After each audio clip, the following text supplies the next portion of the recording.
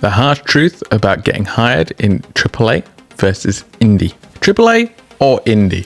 Which is easier to get hired in the games industry? On the surface, it looks simple. Big studio, stable paycheck versus small studio, creative freedom, right? But when it comes to landing a job, the difference is huge. And today I'm going to break down the real pros and the real cons and what could be the smartest career move for you.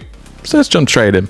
Hello everyone, I'm Piers Duplock, producer and video games consultant in the games industry for 15 years now, and I've had the pleasure of working in both the AAA side and the indie side, and I've hired across both as well. So what do I look for in a AAA company and what do I look for in an indie company? They're very different, so let's jump into that, shall we? Let's get our definitions right.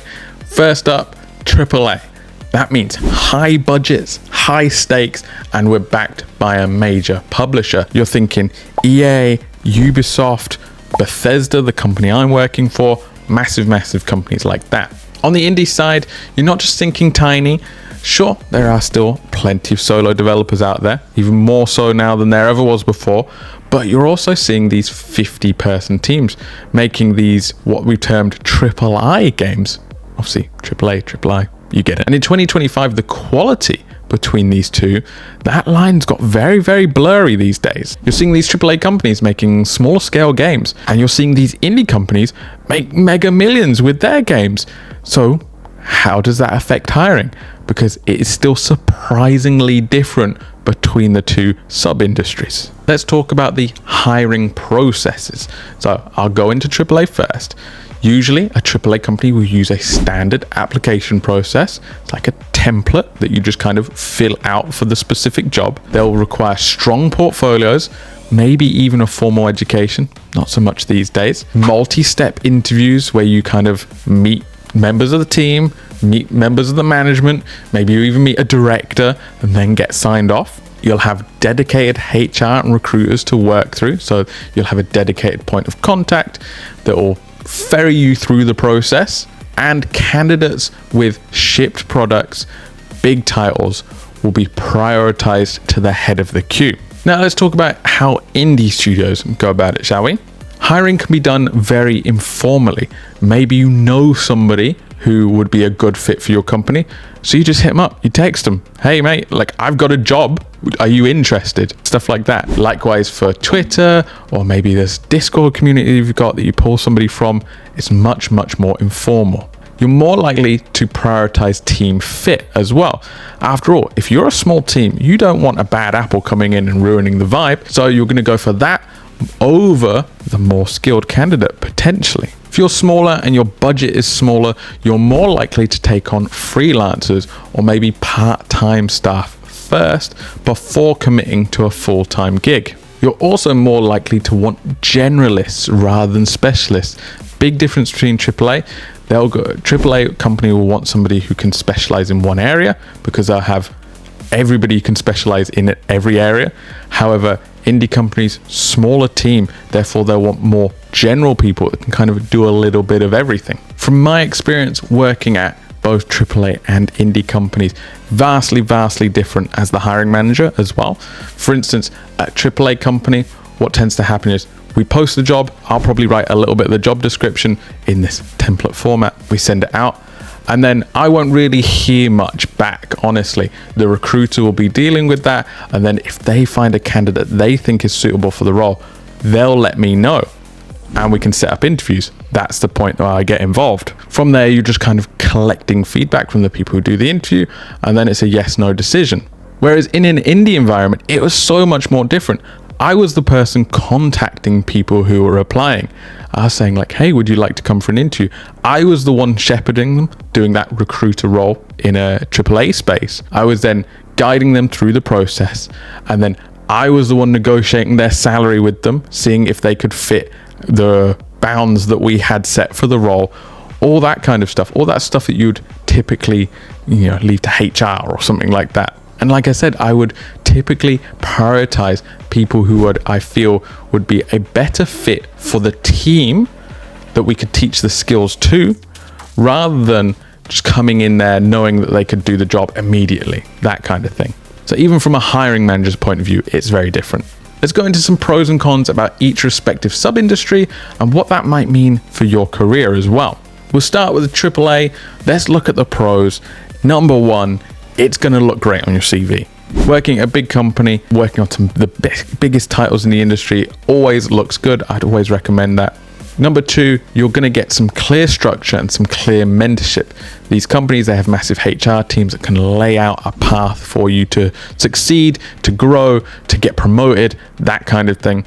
It also gives you great opportunities to work on tooling and frameworks for the bigger titles, so you get a lot of experience there as well. And because it's a bigger team, more networking opportunities. We love networking here. So we looked at the pros, you know what that means. We've got to look at the cons. Number one, you have the risk of being siloed. What does siloing mean? It means you are stuck in a very narrow focus. Like if you want to explore something else, no, get back to your role. You can't come over here, that kind of thing. And I'm not talking about a programmer that wants to learn design. I'm talking about a back-end programmer that wants to look at the front end. You know, that kind of really narrow silo.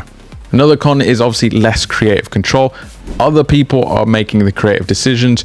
You are just going, yes, sir, I will make that happen. It can be difficult to stand out in a AAA company as well. Obviously, there's a lot of people and there's probably going to be a lot of very skilled people. So you have to work that much harder to get spotted. And that is also going to lead to another con of it can take a long time to get promotions and to get into leadership roles because, of course, a lot of people, a lot of skilled people, there's only one creative director. So if you're working at a company for 400 people, you're all competing for that one role. So that's enough about AAA. Let's talk about indie, shall we? The biggest pro I can give for the indies is that you're going to be so involved with your game. As a generalist, you're going to have the opportunity to touch so much of the game. So that's just experience at the end of the day. You're going to have so much experience with every area of your video game. That's a great thing to have. You're going to have more creative input as a result as well. If there's only 10 people building this game, guess what? You're going to have a much better chance of having your voice heard and having your input taken seriously. It's also going to be a faster learning curve. If you can get direct mentorship so much easier, you can rocket right up in your experience, and likewise you can be promoted as a result of that. And because indie games are smaller, they tend to come out quicker. If they come out quicker, that's more credits to your name, which builds your credibility. So that was the indie pros. Now let's look at the indie cons. Number one for a con is the stability. Obviously, indie companies, they can hit, they can also fail pretty easily. So you've got a lot less stability in the indie space than you do in the AAA space. You can also be quite underpaid in the indie space as well, for the same reasons of if your last game didn't hit, your job's unstable, and guess what? Your pay's probably not going to be great as a result as well. There are fewer structured career paths because you're a kind of a generalist and you're not really getting that direct mentorship or that direct feedback. Then it can be difficult to kind of move and find your path. And sometimes these environments can be kind of chaotic, kind of unprofessional. So that's not for everyone as well. Neither the AAA path or the indie path is better. It's down to personal preference, what you find important. Do you find stability important? Then you should be in the AAA industry. But do you find creative freedom and creative control more important? Then indie for you. That kind of thing. A lot of people over the years have asked me what it's like switching between the two, because I started in AAA, then I went indie, and now I'm back to AAA. So a lot of questions come up. What's that transition like? Rightfully so. I think going from AAA to indie is much easier, simply because you kind of have a solid backbone to work with already, and you have that professional environment experience. And actually it helped indie companies a lot when somebody of that experience comes in and goes, oh, why are you doing it this way? In the bigger companies we do it like this. It's harder to go from indie to AAA, I think, because you're used to the work simply being so different.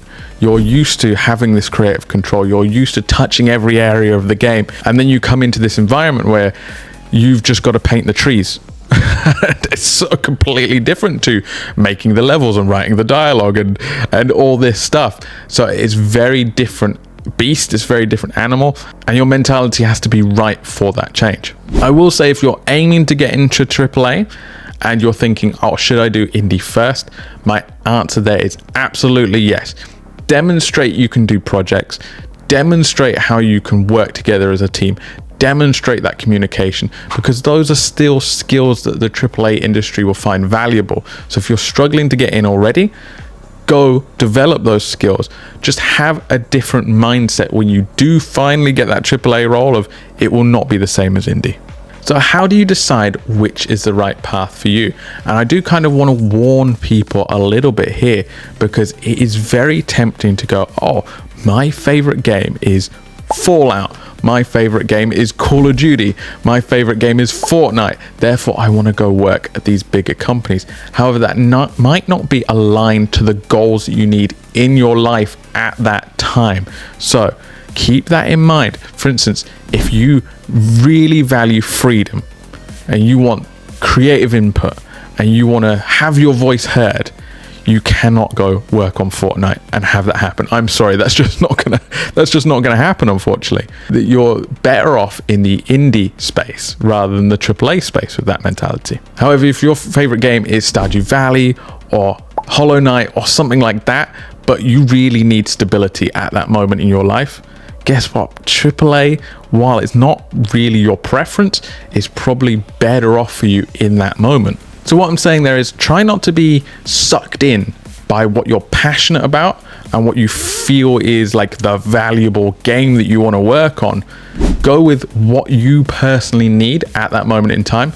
And don't forget, you can always switch if that's something you want to do later.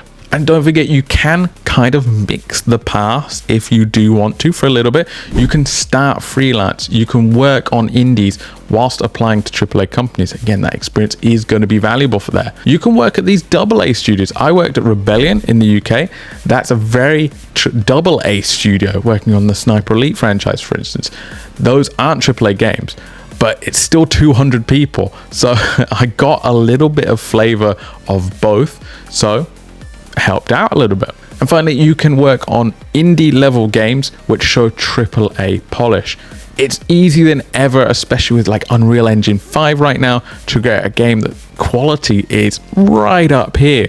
And if you show that off in your portfolio, even though it's an indie game, AAA developers will sit up and take notice. So just try and understand what you're looking for and what you need at that point in your life, and then target that. So now that you have all of that information, which one are you going to go for? AAA?